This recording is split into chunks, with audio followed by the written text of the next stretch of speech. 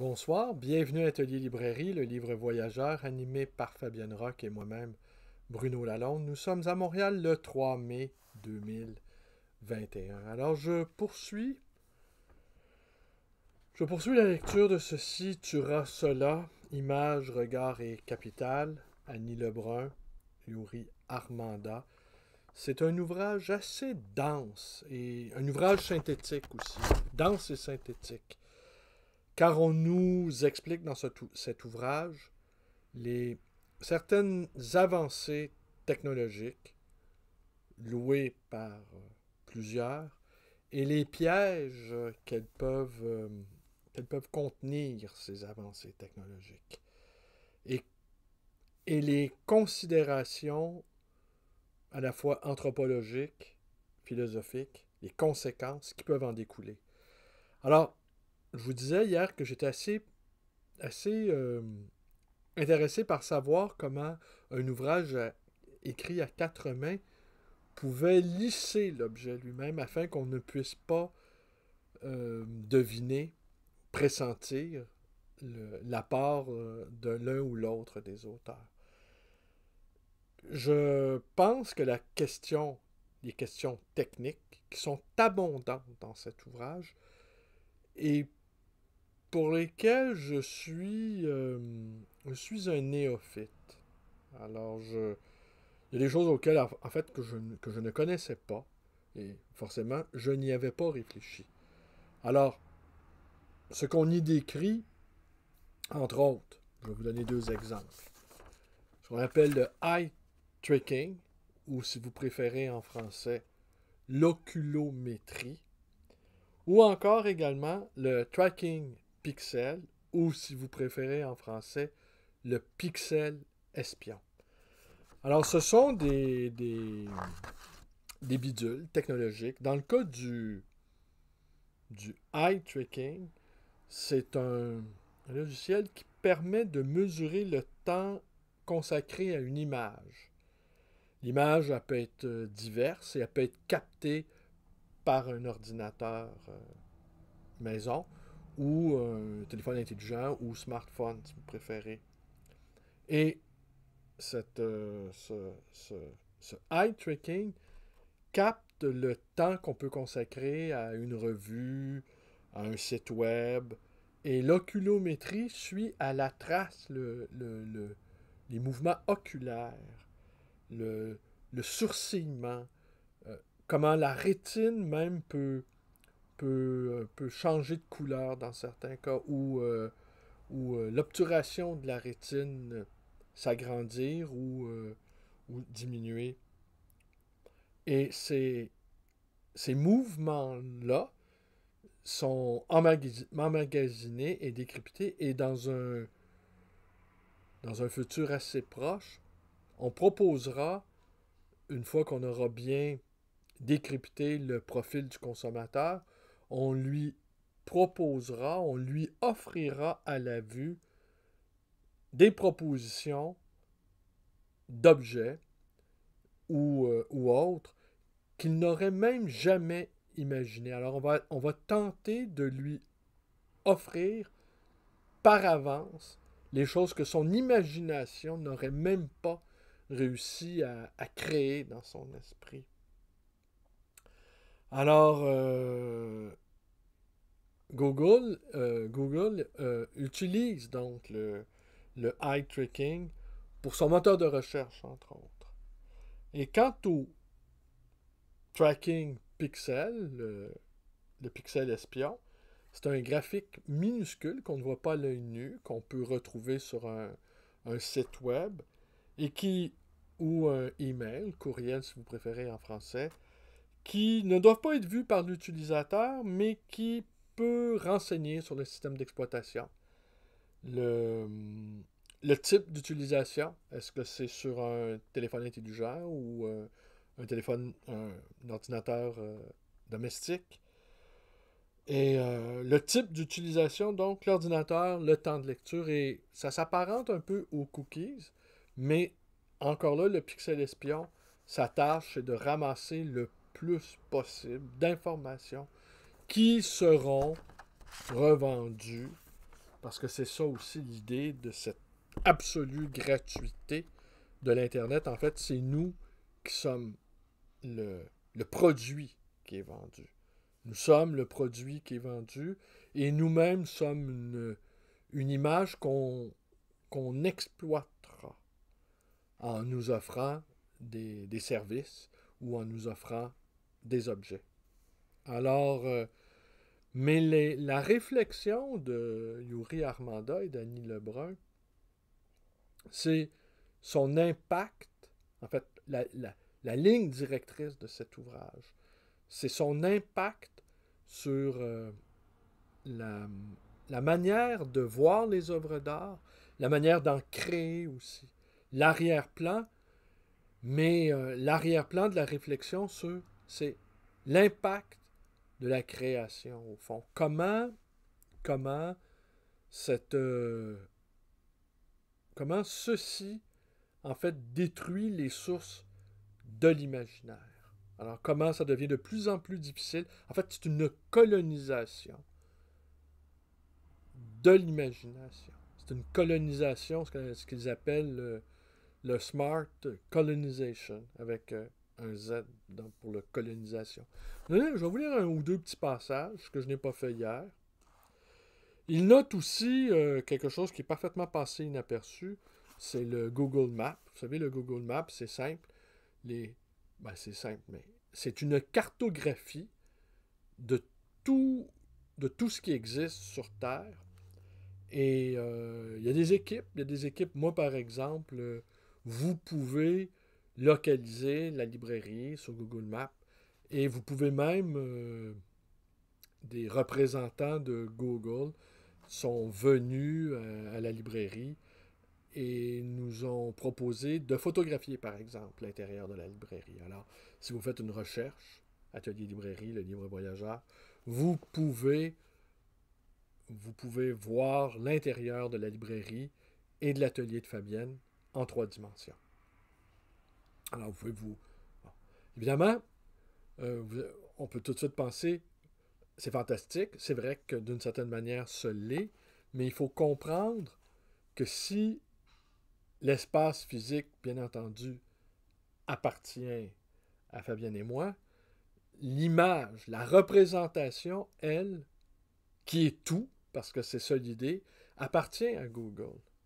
Alors, je suis pas propriétaire de l'image que je projette.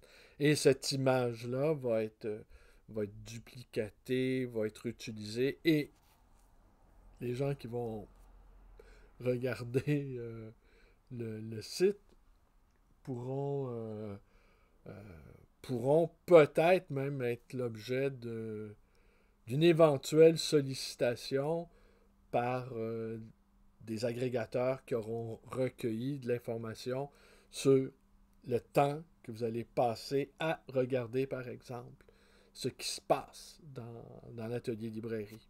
Vous imaginez? Alors, donc, la surveillance, elle est généralisée. Elle est absolue. Elle est totale. Et personne ne réfléchit aux conséquences de tout cela. Ou le petit nombre qui réfléchit ne sont pas assez conscients, en tout cas, des dangers que ça remenace, des dangers que cela menace pour nous. Les menaces que cela représente pour nous. Voilà. Il y a une autre idée qui m'est passée en tête. Oui, je pensais par exemple à Pacôme Tilman. Vous savez, Pacôme Tilman, cet écrivain à la fois qui écrit des choses assez érudites sur la gnose, tout en y mêlant des considérations sur la pop culture, par exemple. À la fois la gnose et Frank Zappa, pour vous donner un raccourci. Et lui, il était très, très impliqué dans ce qu'il appelait la grande Facebookerie.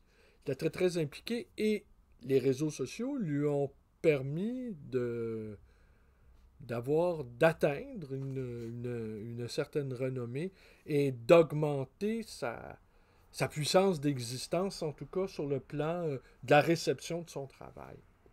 Et il y a quelques mois, il a annoncé son retrait définitif, ne souhaitant plus ni être vu, ni être exploité.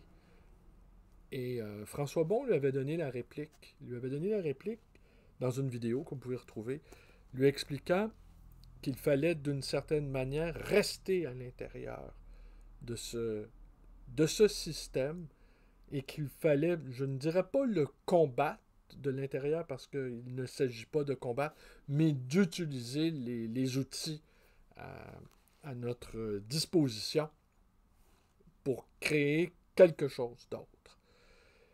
À mon avis, les deux positions se valent et on peut imaginer, alors je ne sais pas aujourd'hui comment Pacôme Tilman vit ce retrait des réseaux. Je ne le sais pas. Est-ce qu'il a réussi parce il disait aussi à quel point il était fatigué, il était excédé, qu'il se sentait vampirisé. Alors je vais vous lire un ou deux ou trois passages que je vais peut-être commenter.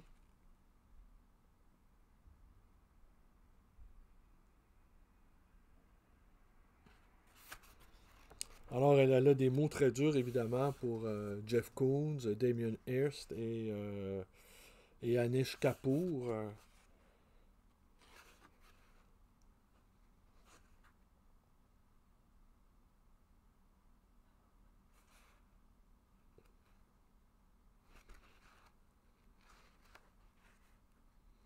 Difficile de ne pas se souvenir ici de ce que Walter Benjamin avait su discerner dans l'Allemagne nazie en percevant quel lien fatal unissait les masses et les images.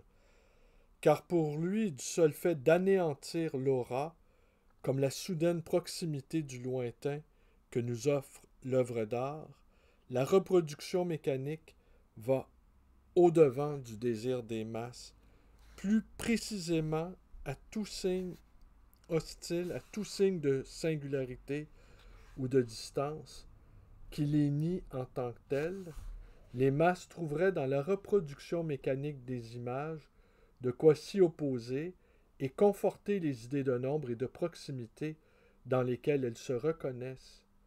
Walter Benjamin aura même été jusqu'à évoquer l'importance inattendue que le nombre et les statistiques seraient susceptibles d'avoir pour l'avenir de l'image.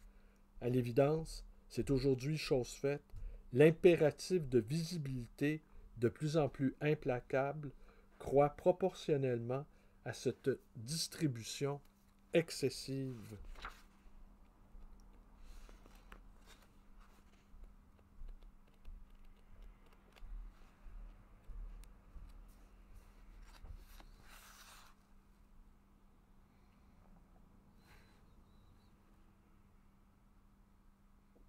Alors ici, en réalité, la désin... Non. Le... Alors ici, elle cite Gunther Anders qui dit que, au fond, l'imaginaire serait peut-être notre seul recours pour se soustraire à l'emprise technologique. Malheureusement, nous en sommes loin car c'était avant. Vous voyez déjà, cet espoir-là est déjà éradiqué. Avant que ce rapt numérique de l'image change toutes les données de la perception et de la représentation pour nous confronter à l'énormité d'un phénomène que nous ne parvenons pas à concevoir. Énormité telle que l'analogie avec la catastrophe atomique continue de s'imposer. Ne serait-ce qu'à travers l'impression que cette immense masse d'images produites et distribuées se situe en dehors et au-dessus de nous, telle une gigantesque nuée qui pourrait être la réplique du nuage atomique tristement célèbre. Sans doute les ingénieurs d'Internet n'y ont-ils pas pensé, mais il est surprenant que de leur côté, ils aient nommé Cloud l'immensité qu'ils reconnaissaient comme entité dominante. Cette privatisation de la cartographie est passée pratiquement inaperçue. Et aujourd'hui, qui penserait à s'y opposer alors que tous y semblent y gagner. À première vue, l'individu comme l'image en serait les grands bénéficiaires. Pour l'un et l'autre, il s'agirait même d'une révolution inespérée. Son effet majeur aura été d'intégrer pour la première fois l'homme à la carte. Celui-ci en est même devenu le centre toujours réactualisé, libre comme jamais d'aller où bon lui semble. Quant à l'image, elle paraîtrait avoir trouvé là un regain d'existence, à se faire l'heureux et fidèle reflet de cette liberté. À l'euphorie qui en découle s'ajoute pour l'homme la griserie de ne plus se sentir à distance de quelque modèle de représentation que ce soit. À partir du signal qui le symbolise sur la carte, il peut suivre en temps réel son mouvement, devenu visible sur une image, qu'il a l'impression de maîtriser absolument. Tant que la localisation fonctionne, l'échelle n'a plus de raison d'être. L'image semble la remplacer sans peine, comme si elle retrouvait l'énergie qu'elle perd par ailleurs avec son contenu. Pour peu, elle se substituerait presque au paysage, dès lors que cette carte, continuellement redéfinie par la place centrale que l'homme y occupe, tend à devenir plus importante que le territoire, induisant un phénomène de déréalisation générale en train de prendre d'inquiétantes proportions.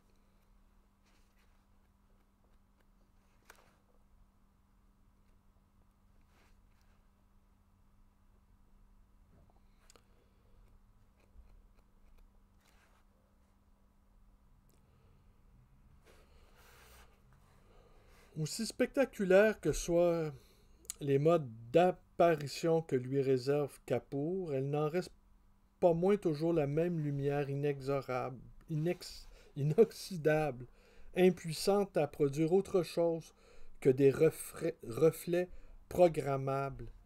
Impossible d'imaginer quoi que ce soit de plus étranger à ce dont parlait Egunshield quand le 1er septembre 1901, il écrivait à son oncle « Je peins la lumière qui vient des corps ». Que reste-t-il aujourd'hui de cette lumière? Surtout depuis que, d'exposition en exposition, la marchandisation, appuyée par l'armement lourd des tours opérateurs, des selfies et des produits dérivés en tout genre, a complètement dépecé de ces images le tumulte érotique dans lequel le jeune Viennois a pu reconnaître sa vie. Autre façon de nous demander, que reste-t-il de la lumière du désir? Que reste-t-il de ses éblouissements, de ses ténèbres, de son innocence sauvage? Que nous reste-t-il enfin de nous-mêmes quand nous ne savons plus que faire d'une liberté engloutie sous les images, ni d'une profusion d'images sans liberté? Alors, ici, alors c'est le chapitre, il est question d'un regard sans yeux, justement, le eye tracking, ou si vous préférez, l'oculométrie. Alors, les deux auteurs nous expliquent comment ça fonctionne et comment finalement le regard lui-même le regard lui-même est avalé par la machine, on ne regarde plus, on enregistre le regard lui-même. On ne voit plus.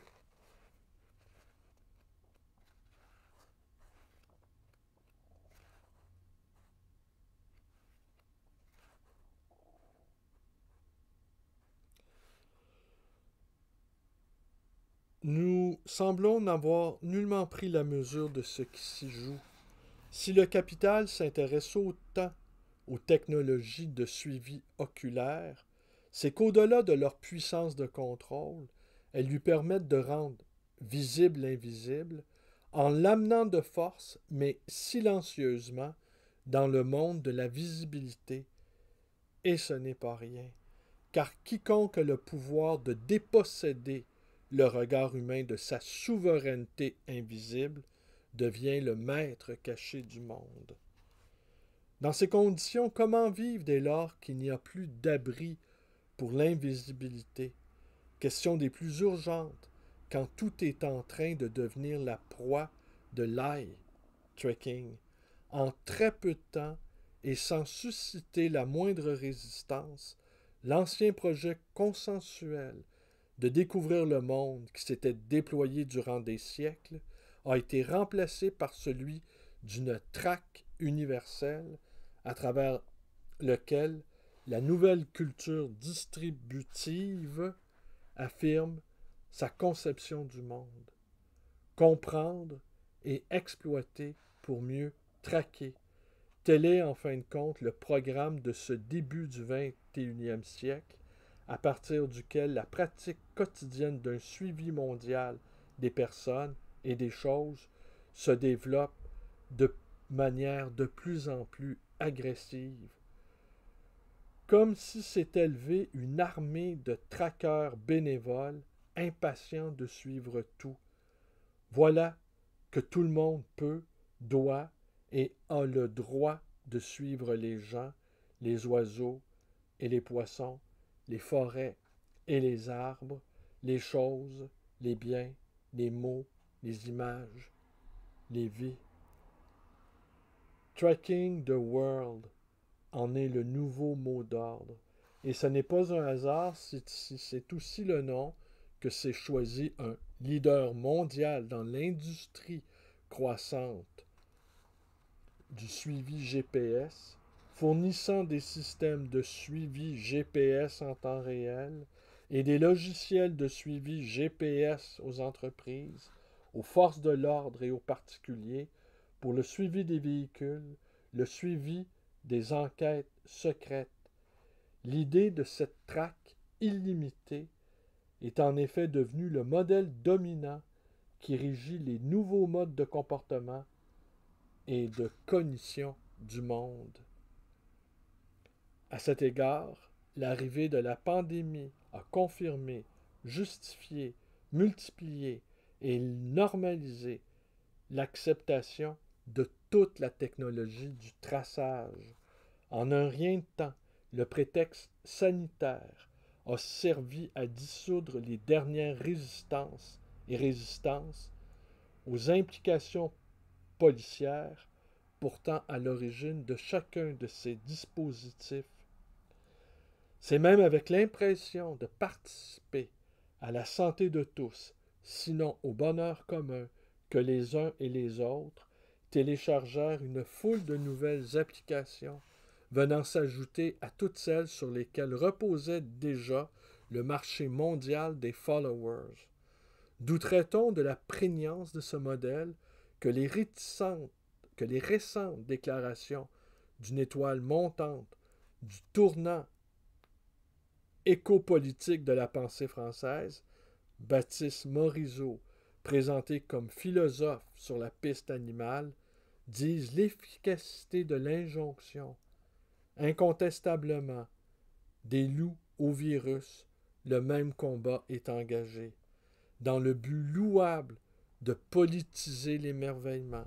Notre philosophe expert du vivant nous donne le secret de saisir l'interdépendance des espèces. Pister, c'est l'art d'enquêter sur les autres manières d'être vivants, une manière de sentir leur présence en dépit de leur apparente absence.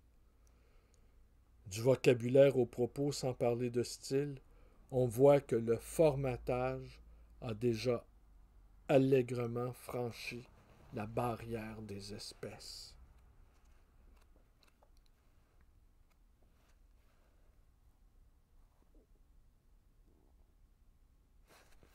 Alors ici, on arrive à ce qui est le tracking pixel ou le pixel espion. La même violence est à l'œuvre au cœur de l'économie distributive, dont la force est d'amener chacun à s'y reconnaître avec enthousiasme. Économie intrusive, s'il en est, mais encore plus prédictive quand grâce à la visibilité du regard, l'accès à n'importe quel site permet aussitôt de pénétrer brutalement la vie intérieure de l'utilisateur, de sorte à rendre son avenir immédiatement exploitable en anticipant ses choix avant même qu'il en ait l'idée.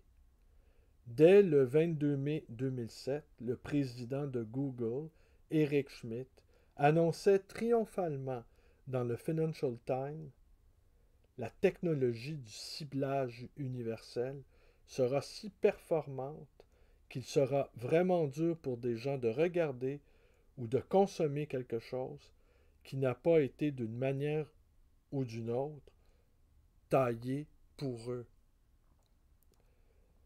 C'est maintenant chose faite. Il s'agit là d'une des plus graves agressions dont chacun est aujourd'hui victime, constamment dépouillé de son passé comme de son avenir, pour devenir le prisonnier connecté d'un présent qui se referme de plus en plus sur lui. Un clic suffit pour que s'accomplisse le grand œuvre de la distribution, le passé, le présent et l'avenir se dissolvant dans la transformation du client en marchandise.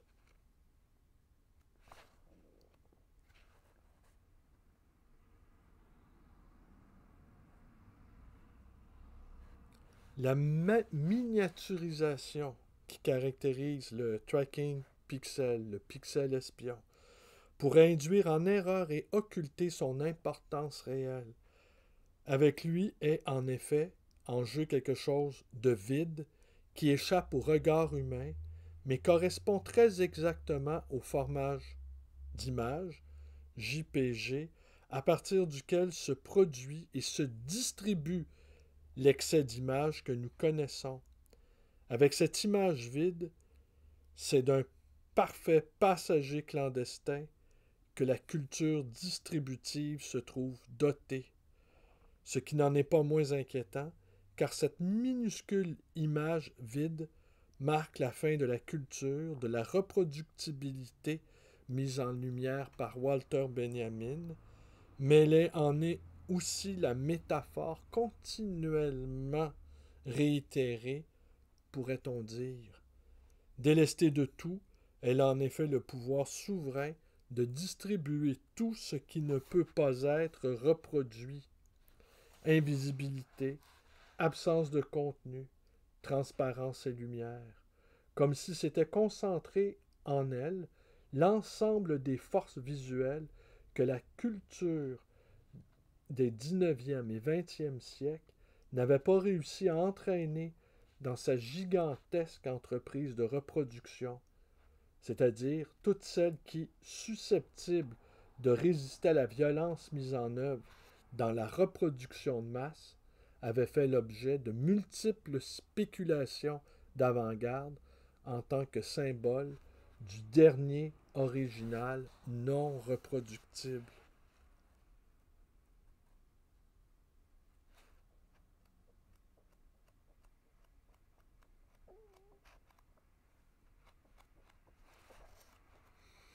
Alors, vous voyez, alors il est question aussi de...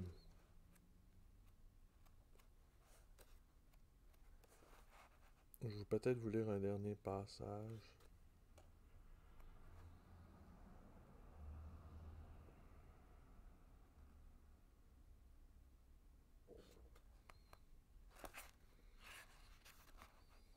C'est un ouvrage dense.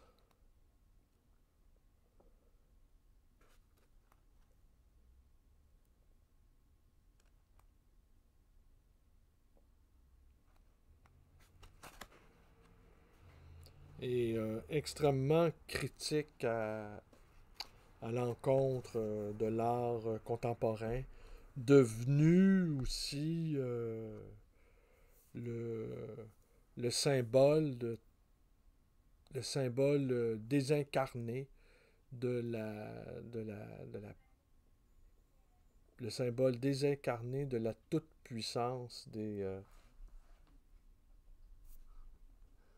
le symbole désincarné de la toute-puissance des... non, c'est...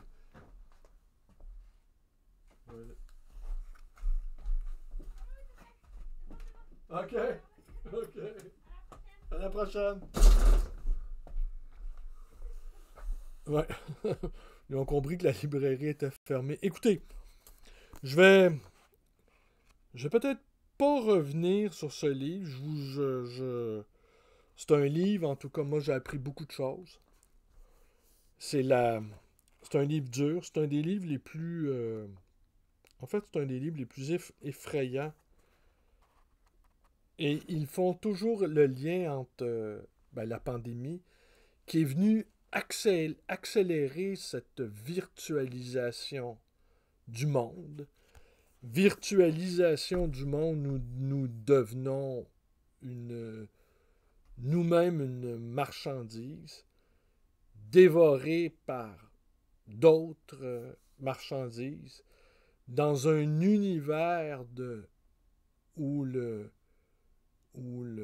foisonnement, l'anéantissement même par l'image, par les images, nous enlève toute forme de libre arbitre, tout en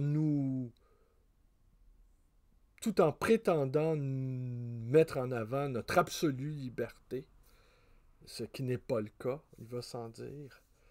Et cette colonisation aussi, totale, on le voit dans les débats de société qui sont... On sent qu'on n'a plus de prise sur les événements. On revient, hein, on revient, c'est curieux, Bernard Noël, on sent quand même Bernard Noël qui n'avait n'avait pas vu cette technologie apparaître, mais qui déjà pouvait dresser ce constat à partir de l'usage qu'on pouvait faire de l'écran primitif, de l'écran numéro, du primo-écran qui était la télévision. Alors maintenant, les écrans ils se sont multipliés, ils sont partout. Et ce phénomène de censure, d'impossibilité à donner du sens aux événements qui nous entourent. Et l'incapacité aussi qui nous est faite d'appréhender un futur qui... En fait, il m'arrive de penser même que notre dernière utopie consisterait à espérer que plus rien ne bouge. Mais nous comprenons bien qu'avec l'actuelle pandémie, un point de bascule vient d'être franchi.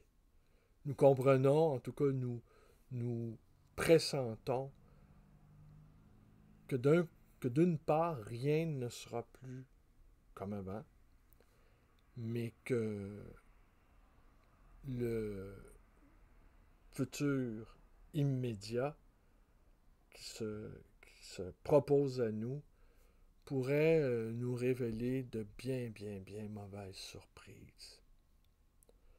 Alors, est-ce que la lecture Et il y avait un jeune ami aujourd'hui à la librairie qui me faisait la remarque, il citait Scruton, le philosophe britannique, conservateur, qui avait été visiter un pays du bloc de l'Est au début des années 80.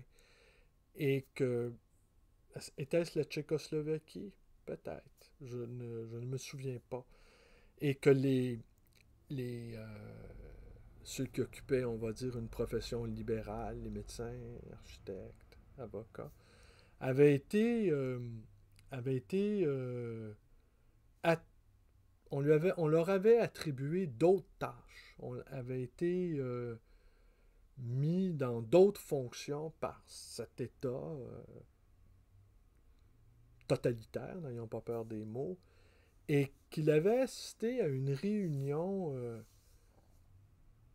Scruton avait assisté à une réunion clandestine de, de, ces, de, ces, de ces notables déchus et où on étudiait en petit comité, où on étudiait la pensée de Kant, où on assistait à des pièces de théâtre de Molière.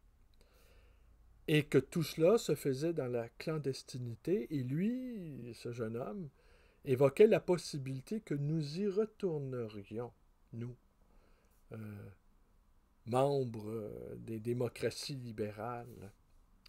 Et je lui confiais mon pessimisme que peut-être que non seulement nous ne trouverions pas le moyen de nous réunir, mais que ce manque de, de, de que ce manque-là même de donner du sens à notre propre existence, que nous ne l'éprouverions même plus, que nous ne serions même plus en mesure de savoir que Kant nous manque finalement, que nous ne pourrions même plus être capables peut-être d'imaginer qu'il y a autre chose que ce qu'on nous propose.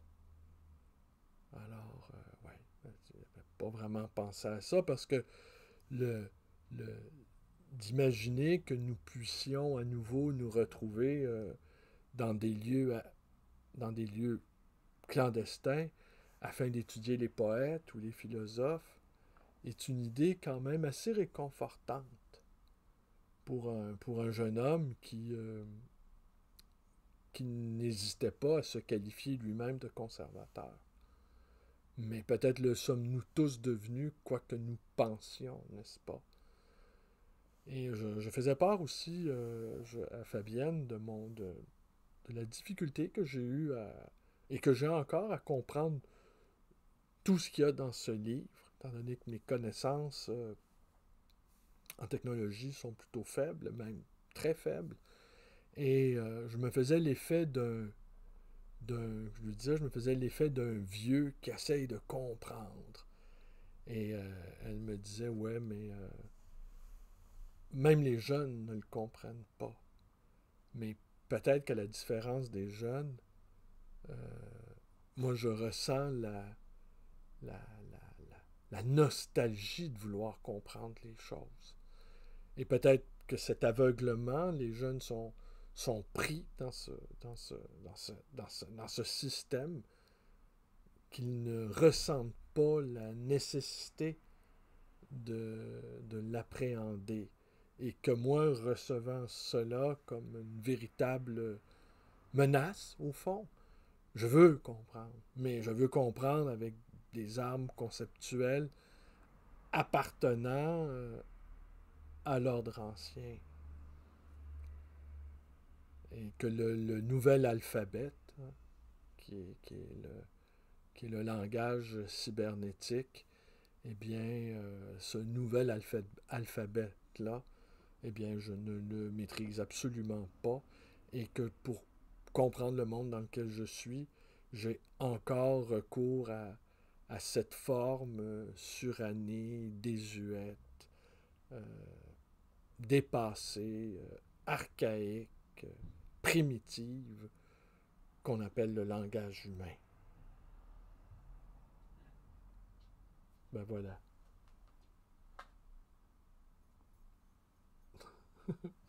Les gens, vous voyez, les gens me saluent dans la rue. Le couvre-feu est pas. Ben oui, le couvre-feu est prolongé jusqu'à 9h30 maintenant. Couvre-feu qui dure depuis plus de 3 mois. Euh, je pense que notre premier ministre, François Legault, pour réussir à dépasser sa condition de base, vient d'un milieu plutôt modeste et nous a rappelé à l'envi que lorsqu'il faisait ses études, eh bien, il passait la serpillière dans des restaurants ou dans des cuisines, nous rappelant sa modeste condition et son ascension. Mais pour passer d'une classe à l'autre, comme il a réussi à le faire et même devenir une sorte de héros romantique en devenant le premier ministre du Québec, parce que le pouvoir, le grand pouvoir utilise les politiques, utilise les hommes politiques, mais le vrai pouvoir ne fait pas ne se mouille pas sur le plan politique. Il laisse les autres s'avancer en eau profonde et nous entraîner avec eux. Mais je me faisais cette réflexion ce matin. Au fond, le couvre-feu peut-être correspond bien au psychique de François Legault. Parce que pour passer d'une classe à l'autre, travailler sans arrêt, ça suppose une retenue de tous les instants. Ça suppose une sorte de discipline inimaginable. Se coucher tôt, couvre-feu, se lever tôt, lever du couvre-feu, 5h30 du matin, et la, la, de pouvoir refermer l'élan du désir ou le maintenir, le contrôler de telle sorte qu'il n'est qu'un seul canal pour s'épanouir, ce désir. Et qu'au fond, le couvre-feu correspondrait peut-être à la quintessence de l'esprit de François Legault. En fait, le couvre-feu serait l'esprit quintessifié de François Legault. Au fond, le couvre-feu, c'est de la façon dont fonctionne son esprit. Et en plus, le couvre-feu, l'avantage qu'a le couvre-feu, c'est qu'il fait taire également les opposants politiques. Fait taire, et ça ajoute à la grande métamorphose sanitaire. Alors, qu'est-ce qui va se passer quand on va recouvrir notre liberté? Hein? Qu'est-ce qui va se passer dans les têtes? Est-ce que beaucoup vont je pense que beaucoup vont se désoler de retrouver sa liberté, parce qu'il y avait sans doute du plaisir pour beaucoup à voir la liberté des autres brimée. De voir quand on a, j'allais dire pas une âme d'esclave, mais quand on vit soi-même dans la rétention. Ah ben voilà, là. Là, vous avez vu les policiers. Alors donc, ouais, peut-être que quelle heure est-il? Ouais, peut-être font-ils la dernière ronde, vérifier s'il n'y a pas des ombres errantes qui tardent à rentrer dans leur maison. Alors peut-être aussi, c'est ça l'esprit d'entrepreneur. L'esprit d'entrepreneur aime l'ordre et la discipline et aime aussi que la pulsion du désir soit ligotée, soit dirigée vers un seul but, vers un seul objectif, la productivité. Et que faut être productif, faut être travaillant, Et toute cette, au fond, quand le couvre-feu sera levé, peut-être que Legault va se retrouver dénudé d'une certaine manière. Que le monde, il aura remis le couvercle, et qu'une fois le couvercle enlevé, peut-être plein de choses vont jaillir de ça. Et que sans doute son espèce d'autorité quasiment incontestée, même s'il y a quand même des opposants ici et là, eh bien, que son autorité pourrait être mise à mal soudainement et de manière intempestive. Hypothèse, en tout cas. C'est une hypothèse que je me faisais ce matin. Alors, je vous remonte le livre. Annie Lebrun, Yuri Armanda, Ceci tuera cela, Images, regard et capital, publié chez Stock, dans la collection Essais. Peut-être je vais vous en reparler. Peut-être pas. Je vais voir. Assurément, je ne vous en reparlerai pas demain parce que je ne l'ai pas terminé. Je le lis lentement. Je fais des petites recherches en parallèle parce que l'érudition également sur l'histoire de l'art d'Annie Lebrun, là, elle est perceptible dans l'ouvrage. Tandis que j'ai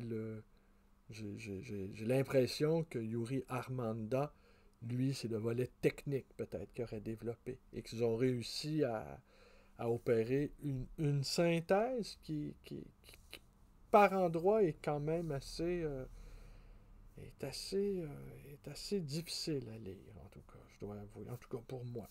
Mais bon, mais une lecture extrêmement inquiétante. Ça, je vous l'ai dit à plusieurs reprises. C'est tout pour ce soir. Je vous remercie d'être avec moi. Portez-vous bien. Et demain, ça continue. On continue justement tant que le couvre-feu ne sera pas levé. Je ne m'attendais pas à poursuivre aussi longtemps. Ça structure mes journées, ça les oriente d'une autre manière. C'est une manière de conserver son esprit alerte, je dirais, en mouvement, vivant, quoi. Mais il va falloir trouver des solutions. Il n'y a pas de piste de solution dans cet ouvrage. Ça, c'est clair. C'est un constat. Et à plusieurs reprises, les deux auteurs disent qu'ils ne savent pas ce qui va se produire. Que nous assistons à des phénomènes inédits et imprévisibles. Imprévisibles, en tout cas, de leur point de vue à eux. Mais sans doute, les gens qui organisent ce monde-là numérique et ceux qui récoltent les bidous et qui paient des gens pour créer ce système-là, sans doute, eux savent-ils ce qui s'en vient. Alors, il faudrait les interroger. Et même parfois, ils abattent leur jeu, comme vous avez pu le constater, mais ça passe complètement. Ça passe. C'est un des directeurs d'Amazon qui a dit que cette pandémie-là, il y avait un plan, mais que cette pandémie leur avait fait gagner 10 ans sur leur plan. Alors, tout est dit, mais rien n'est entendu, au fond. Ça serait pour être ça. Tout est offert, visiblement, mais c'est tellement évident que nous en sommes aveuglés. Tous. Allez, à demain.